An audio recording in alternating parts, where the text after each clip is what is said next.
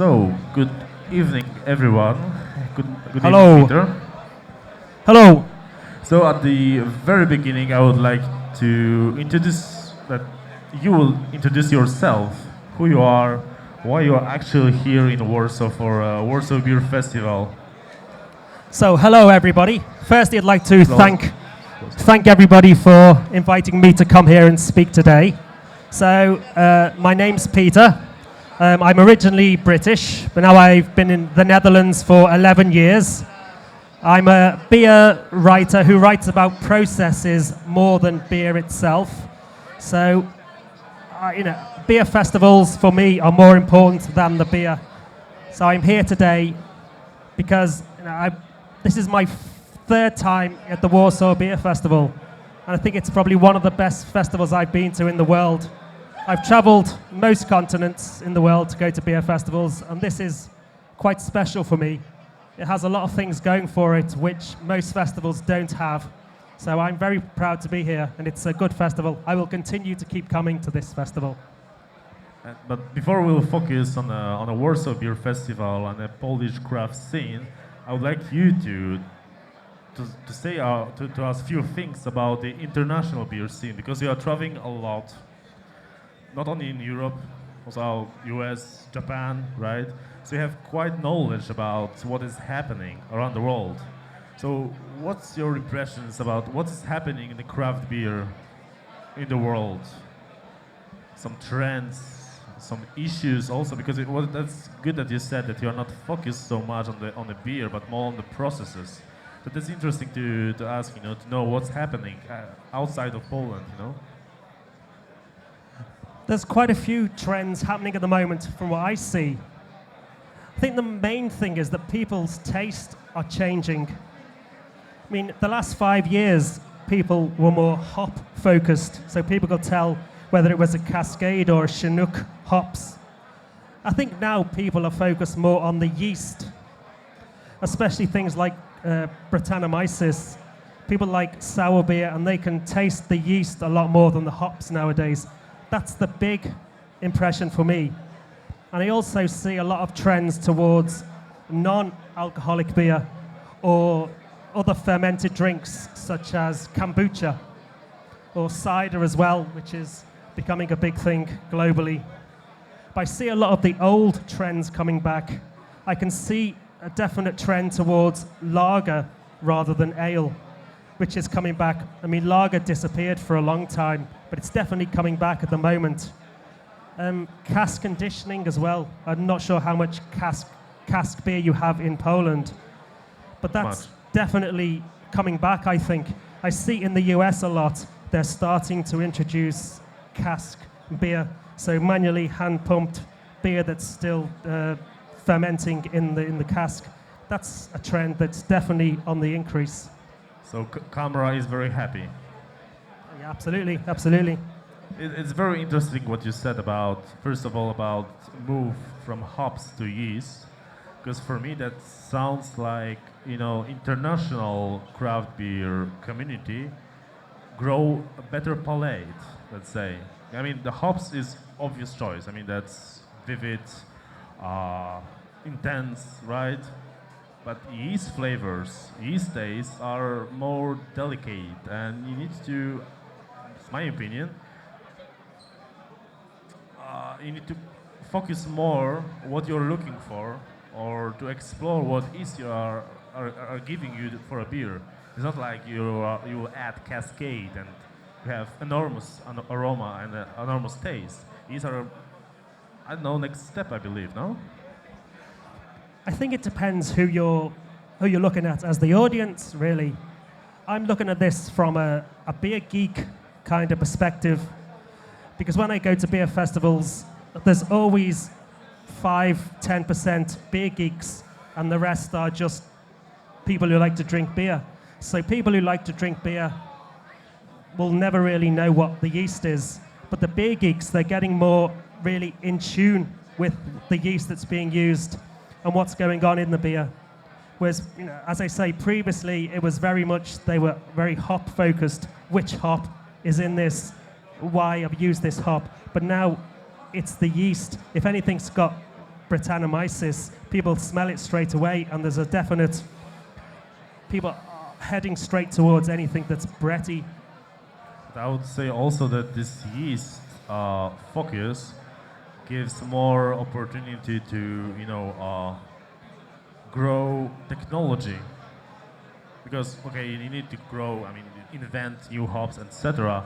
But the yeast, you need to have laboratories, right? If you want to explore, create new yeasts, or stress maybe those yeasts that they are giving you another flavors, that's giving to the craft beer movement another level of more technology that you're adding to the beer.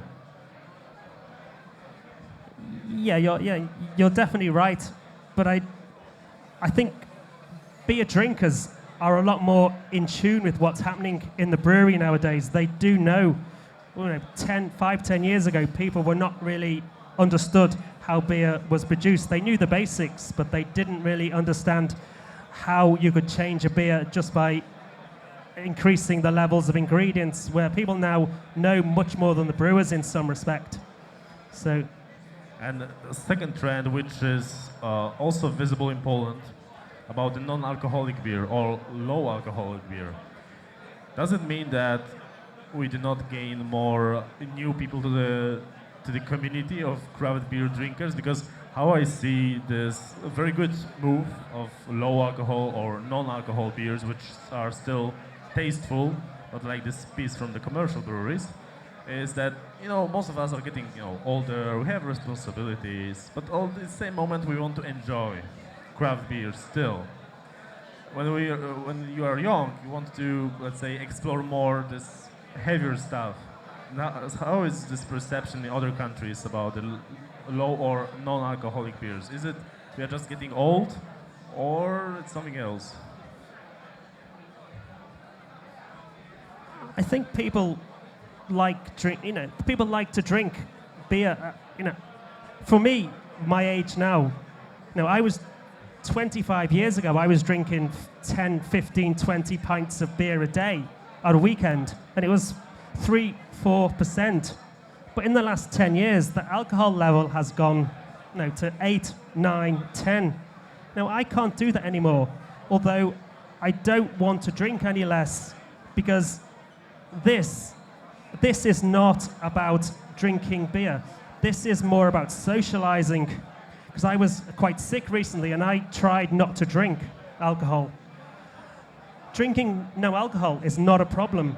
Not being in a pub or a bar is a problem. I want to be in these places, so to have an option where people who don't drink for whatever reason, for them to be here and have something that's got some flavor and some taste is very important. I think it's much more important than just having, 10 years ago, a non-alcoholic beer was basically a malt drink. There was no taste. So now people can come here, and I'm drinking non-alcoholic at the moment, and it's the same as normal beer. The taste is completely the same. There's no difference as far as I can tell, only very slightly. That's really thing. I mean, the first time I drink one of the beer here from Poland is called 1 na 100, which is 1 of the 100, 1% beer, but full of hops, full of palate. I mean, I was drinking a low alcohol beer, which actually tastes like a beer. That was an enormous and a great experience, and that's how you said. I feel the same. That's like coming back to the idea that was always very close to me, that beer is just a reason to meet and a reason to talk. And after 10 or 15 beers, it's hard to talk anymore, And thanks to those low alcohol beers, you can really enjoy still conversation, and exchange ideas, exchange your thoughts, and that's helping. It is, I think, the best thing I've ever heard somebody say to me was, it doesn't matter what you drink, whether it's mass-produced industrial beer or whatever, as long as you're with your friends in a bar, having a chat and socializing, it makes no difference what you drink. And I think that is true in a lot of respects. But going back to the non-alcoholic beer, I mean, 10 years ago or 15 years ago, the alcoholic beers were not that impressive. I was in Norway last weekend with Lervik, and I was speaking to them because they do a non-alcoholic beer. And I never knew how complicated it was to do non-alcoholic beer. So they're using a unique yeast strain, which they pay a license for.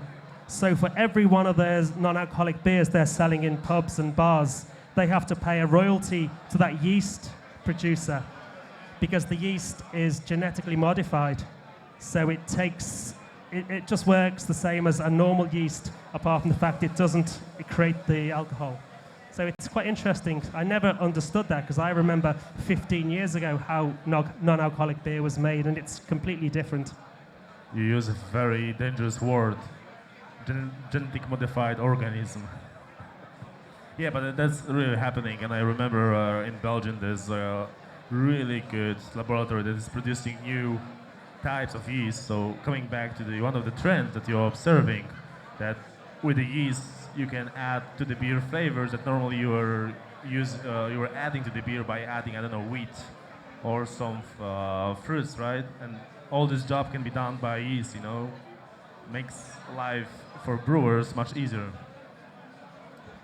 Yeah, absolutely. I mean, I'm not sure about the genetically modified part of the yeast. That really doesn't fit well with me, but apart from that. So we've been speaking about what's happening in the world, but what are also the challenges? The challenges that breweries are facing outside, internationally. Because I guess from the country to country it's different. I think the challenge is the same in every country that we're in the untapped generation, where brewers are struggling to meet the demand of people. I heard something recently called a whale. Have you ever heard a beer called a whale? It's what beer geeks describe a beer which is very difficult to find. But I'd never heard it called a whale. So I think brewers are struggling to keep producing the whales. And I also know brewers that cater for the untapped generation. They keep creating unique beers continuously. And now the same brewers are struggling to find a core range of beers. So in their restaurants or bars or pubs, the pubs say, we'll keep sending the same beer, but the brewery doesn't know what its core range is because it's so wide, because it keeps catering. And I think that's the main problem, that breweries around the world, they're being stretched too far, and every country has exactly the same problem, that people are so obsessed with just trying something new every time. And I don't think we can complain about it because, this festival and other festivals only exist because people like trying different beers. So without people like us thinking, well, let's try something different, most of these breweries would not exist. So we can't complain about it, but it's a double-edged sword. It's a good thing and negative thing at the same time. That, I think, is the main problem that all breweries around the world are facing. Well, what do you think about, because that's a very interesting topic, beer geeks or guys or ladies who are very long time in the craft beer movement, let's say. But then on the contrary, you want to grow, right? You want to expand to the new generation, to the new people. And I remember the very beginning of, I believe, most of us who started, adventure with the craft beer X years ago, there was extremely hot beers, for example. That was not commercial beer. That was only for freaks, who are able and dare to drink such beers. That's not a beer that you can commercially sell, So that's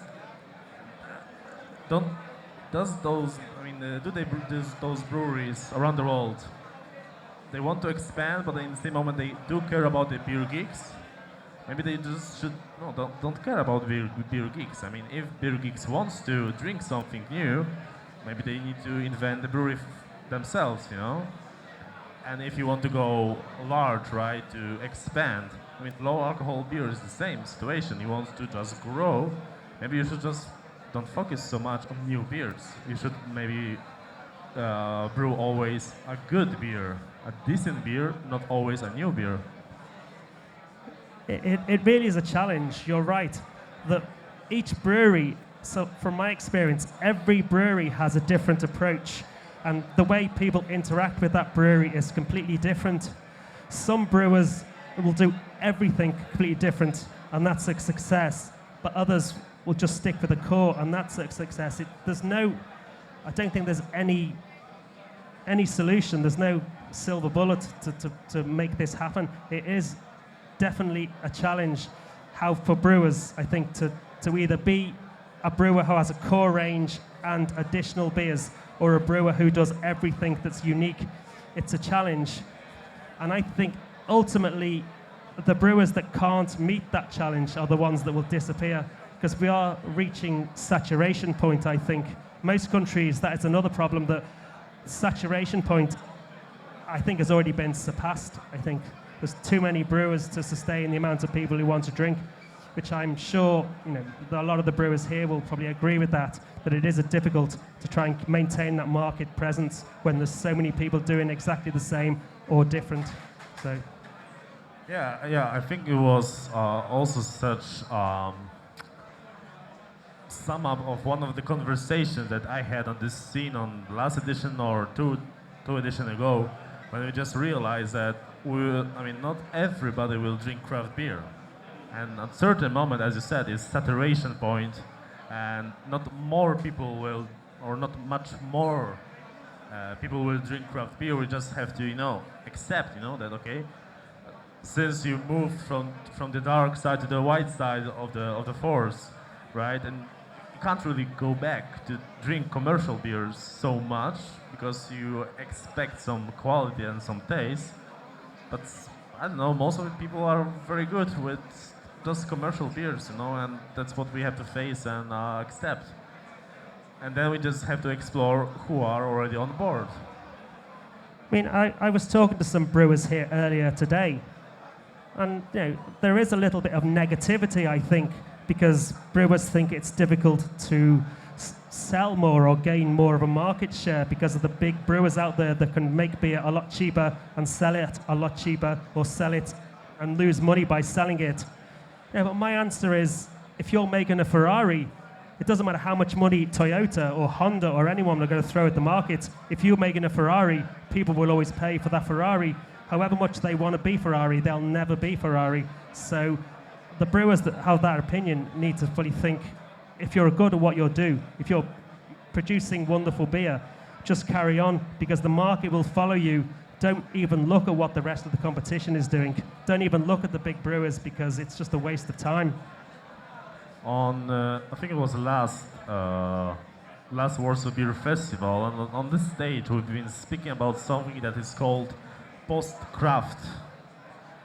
And one of the conclusion or observations that we had with our with my beer fellows bloggers, that one of the observations of the post-craft is money, and that these big companies, large breweries, start to just buy everybody out. How is in the world? Because in Poland, let's say, we do not see this yet. How is it in the world? Well, I know the brewers around the world. I'm not sure about in Poland, but I know brewers. They have people like Heineken walking through the door every week, making offers or trying to find how much that brewer would take for them to get shares.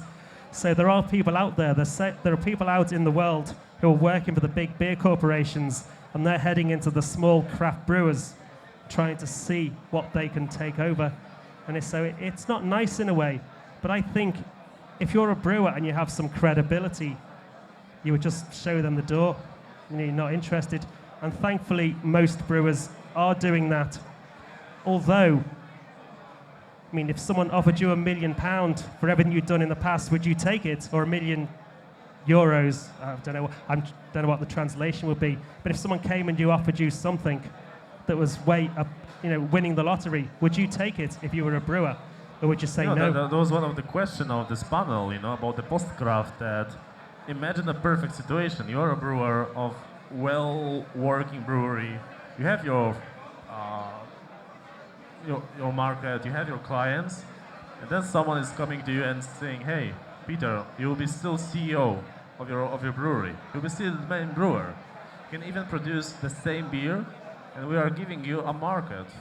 Okay, you need to grow. I mean, maybe build up the brewery because the market will be bigger, but we're not changing anything on you, what is happening in your brewery, etc.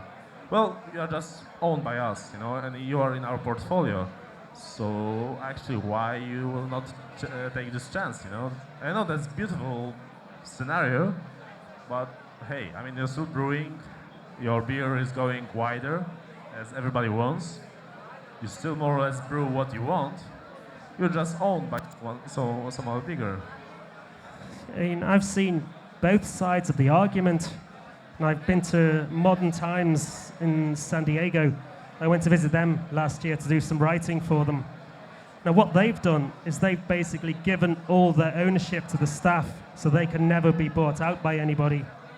But then I've also seen brewers near to my home in the Netherlands that have, you know, Heineken bought a minority share, whatever that is. So I've seen both sides of the argument. So I still find it a little boring in a way, that this thing about if a big beer producer comes and buys a small brewery and they still don't change them, is it a good thing or a bad thing? I mean, I don't know. You don't know. I don't think anybody knows the general outcome. Is it good for the beer scene generally? I think yes, it might be. Just by talking to brewers who are still independent, they're not against the idea. I mean, a year or two ago, I was with a German Berliner Weiss brewer who is now becoming one of the hottest things in the world. I was in the car with them, the two people who own the brewery, and I said to them, if Heineken came with €1 million, would you take it? And they never said no immediately. They thought about it, and they thought, no one has ever asked that question before. So it's a moral question, and it's an interesting question that we can't answer sitting here. It's up to the brewers, I think, what they decide to do, and ultimately it's up to the drinkers to decide whether that's a good thing or not. And actually, that's also a question to clients, because the beer geeks who are still not majority, I believe, well, they will be, you know, pissed off. They don't want to drink your beer. But then imagine about all the crowd that will come with this deal. You know, that's almost philosophical question built up with money. I mean, I think it's a little childish in a way. I've seen bars in Amsterdam. There's a brewery called Oedipus who recently sold a share to Heineken, and bars suddenly stopped selling their beer. And you think, really? I mean, it's good quality beer, but they just find it a little childish in a way. And before we move to more Polish topic, maybe one more topic about, is it happening around the world? Because what I see in Poland, that as brewery are growing, we're thinking more about something that was missing at the very beginning, which is marketing. That, you know, I don't know, they are brewing beer with someone famous, for example, or with music bands. How do you see the same internationally, or that's not so much? I mean, this perhaps goes on to the Polish thing in a way. That a lot of brewers internationally, they say to me, we struggle to get any recognition outside our own country. So the first thing I do is look at the website, and it's in the local language. I think, well, why? If you really want to be seen as a global player, you need to act like a global player, and most breweries don't. Most breweries think they can export a few pallets of beer around the world, and they're suddenly a global phenomenon. But it's not about that. You're right, marketing is the key thing. That's part of what I do for a lot of Dutch brewers. I take their Dutch and I then transfer that into English without losing the sense of who that brewery is. Because I've seen, there was one particular Dutch brewery they decided about 3 years ago that we're Dutch and we're never going to write any English. So they everything was in Dutch. Within 6 months, they'd reversed that trend. So now everything is in English. It's easy for me to say because English is my mother tongue. But I think for any brewery, whether you're in Poland or wherever, if you really want to be seen on the world stage, you have to start behaving as though you're a world player. So whenever people hit your website, they should be seeing things that attract them, because the average attention span of someone on the internet is, less than 10 seconds, I think. But if they're struggling to find where the English-Polish link is, you've lost them.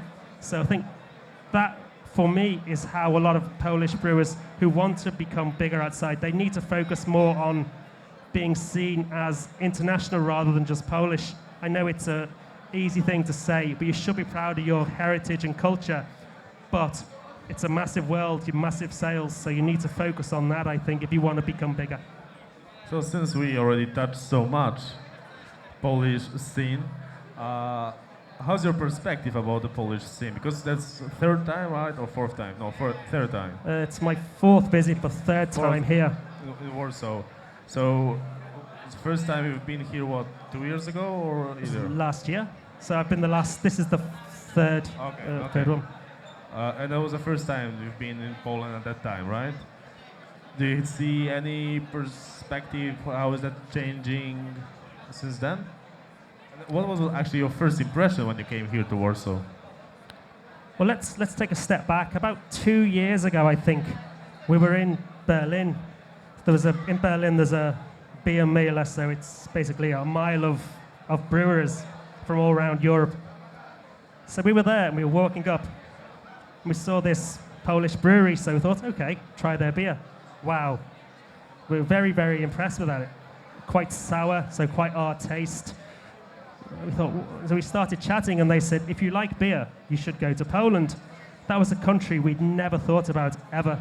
It wasn't even on our radar, Poland, which unfortunately that's what's happening in most of the world. Poland is not on Beer Geek's radar yet. So they said, come to Warsaw. So we came last year for the first time. Wow. OMG, I've yet to try any Polish beer from a craft brewer, which is poor quality. Everything is exceptional quality. So I'm now which is probably why I'm sitting here, I'm spending all my time now trying to promote Poland and the Polish craft beer scene and what's going on. I'm trying to get people to come here. But that perception is changing. I was talking to beer geeks and bloggers and around the world. I keep saying, go to Poland. And they're saying to me now, oh yeah, I've heard good things about it. Whereas a year ago, they said, oh, I'd never thought about Poland. So Poland it's an explosion waiting to happen, I think. But I think it's going to happen very slowly, and it's going to happen very soon from my perspective, because the quality of the brewers is exceptional, and it's just generally welcoming.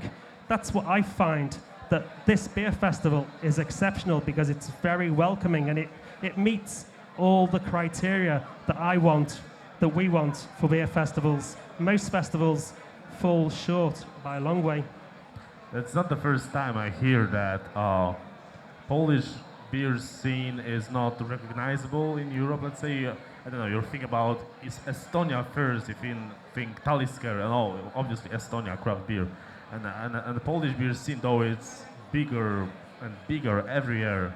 And it's growing not only by numbers, but also it's growing by, I don't know, tastes and experiments and cooperations. I mean, some of the breweries have so many collaborations with breweries around the world already. And yet it's still surprising that Poland is just, black or white island in Europe. What do you think? What's the reasons of that? That we are not so yet recognizable as, I don't know, Estonia? Well, this is the sore topic that I didn't really want to mention, but I was asked to mention it. I think there's a perception about Poland in the rest of Europe, which is quite negative in a way. So, in the UK and in the Netherlands, Polish beer, it's always in sort of bars that are quite cheap and not really a craft beer scene. There's a very sort of negative perception of Poland. I love coming to Poland, but I think that's one thing that needs to change. If the Polish beer scene wants to break out of Poland, that perception needs to be overcome somehow. It's a difficult one because, I don't know how many people here know what I'm talking about, but the perception of how Polish people are in other countries, in the UK or Netherlands or France or Spain, Polish people are always seen as heavy drinkers and hard workers, and they're always like undercutting workers that are normally there. I know it's not nice to say, but I think that needs to be addressed. I think things will change, but it's a big hurdle. When people see Polish beer in a fridge, in a bar, they're probably going to think, Polish. But when you're speaking about this perception, you're speaking about the general perception or also among beer geeks? Because that's another topic, no? The beer geeks don't have that perception, but then the brewers can't break into international markets based on beer geek sales alone. There has to be more of a mainstream. They have to be in restaurants. They have to be in bars where they're prominent, where people are going to that bar who are not beer geeks. Say, what's that? I'll try that. So it's not just for beer geeks. As I said earlier, beer geeks are that untapped generation. They just want to try many different things. That's not going to sustain any market I see. It's creating a false market. Right? So it's not for the beer geeks. It's just generally changing the mainstream mentality of people to see a beer. And this is the people who don't drink Heineken, don't drink Carlsberg, they don't drink the mass-produced beer, but they're interested in something a little different. So they're looking in a fridge, in a bar, and saying, what's this, what's this, what's this? If someone said that's Polish, there's instantly a lot of people will say, it's a challenge. How you describe the situation for me is that the only way is just to grow, and by growing volume of beers that we are producing, growing numbers of beers, growing breweries, and then just by number you just float the Europe or world with the beers.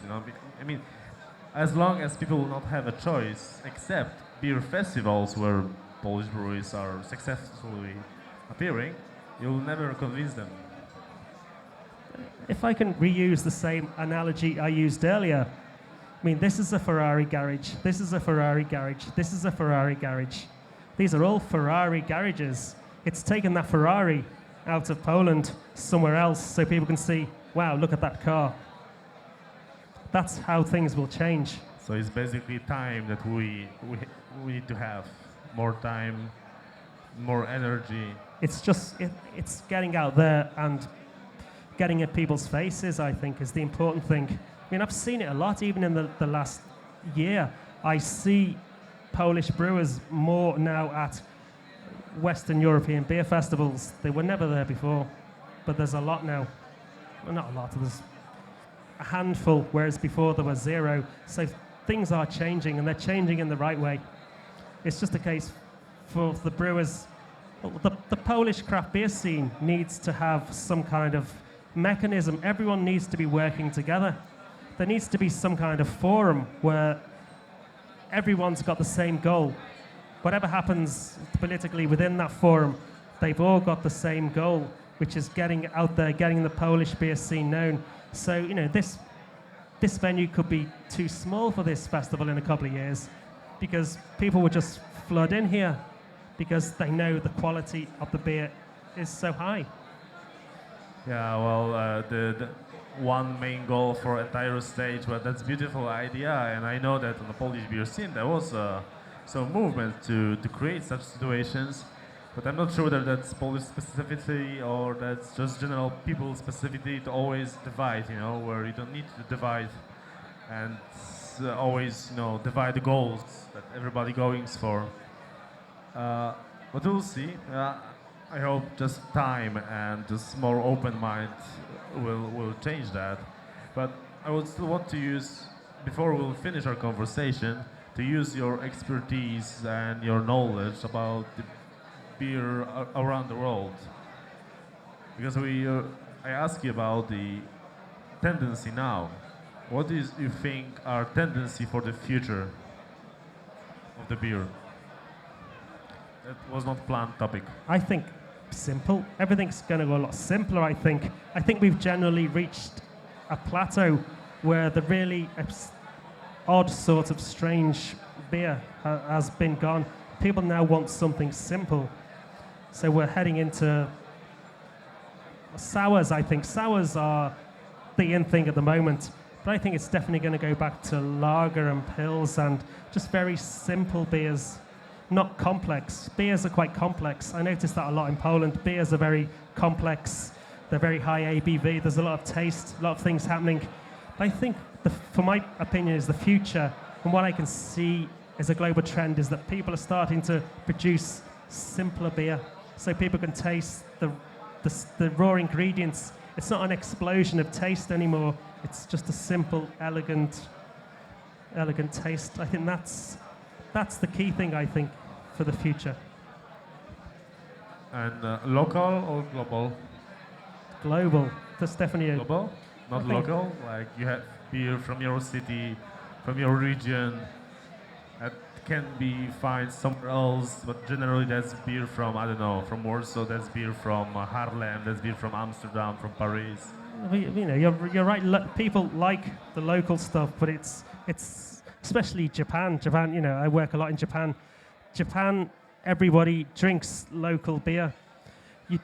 I'm not sure how it is in Poland, but in Japan, people will only drink the beer from their local town or local city. They tend to avoid craft beer from other cities, which is a bit strange, but that's the way. But again, the tastes are getting much more simpler. They're heading towards, like I mentioned earlier, the fermented drinks that are not beer. So kombucha, sake, but brewers are starting to do that. Brewers are starting to make gin and vodka a lot more. So I think brewers are moving away from purely being a beer producer to brewers of lots of different sort of a portfolio of different things, not just beer. So again, it's simplifying, which I suspect is why gin and vodka, because they're quite simple drinks. Actually, I just have another question. When you mentioned Japan, and never been there, but I was thinking, do you see difference between Europe, American beer lovers and Asian beer lovers? Or Japanese beer lovers? Is it much different or not? Because I mean, that's so much different culture in general. Or beer make everything equal. If I said chalk and cheese, does that mean anything? So they're completely different. So Japanese craft beer drinkers, I don't know, how can I describe them? Because I know them well. They're not as enthusiastic. They're not as enthusiastic, well, typically what you would expect from Japanese, I think. They're very muted in how they behave, but they're enthusiastic about their local beer. But there's no real tap rooms in Japan. Breweries don't have tap rooms. There might be one or two bars in cities, but brewers don't open their doors and invite people in. That doesn't really happen. Brewers produce beer, it goes to a bar, people drink in the bar. Occasionally you have beer festivals, and they're quite mellow affairs. It's not like this, nothing like this whatsoever. But the US is, as you know, completely the opposite, I think. So then I'm so glad that again you're in Poland, and again you feel that there's so much warm welcome here, and just invite more people, here from outside, so they can learn and discover a Polish beer scene, which is so fruitful and colorful and warm, welcoming everybody from outside. No, it's good. I hope that a lot more people in the future will come and discover what Polish beer is all about, because there's a lot to discover, and it's definitely a trip worth making.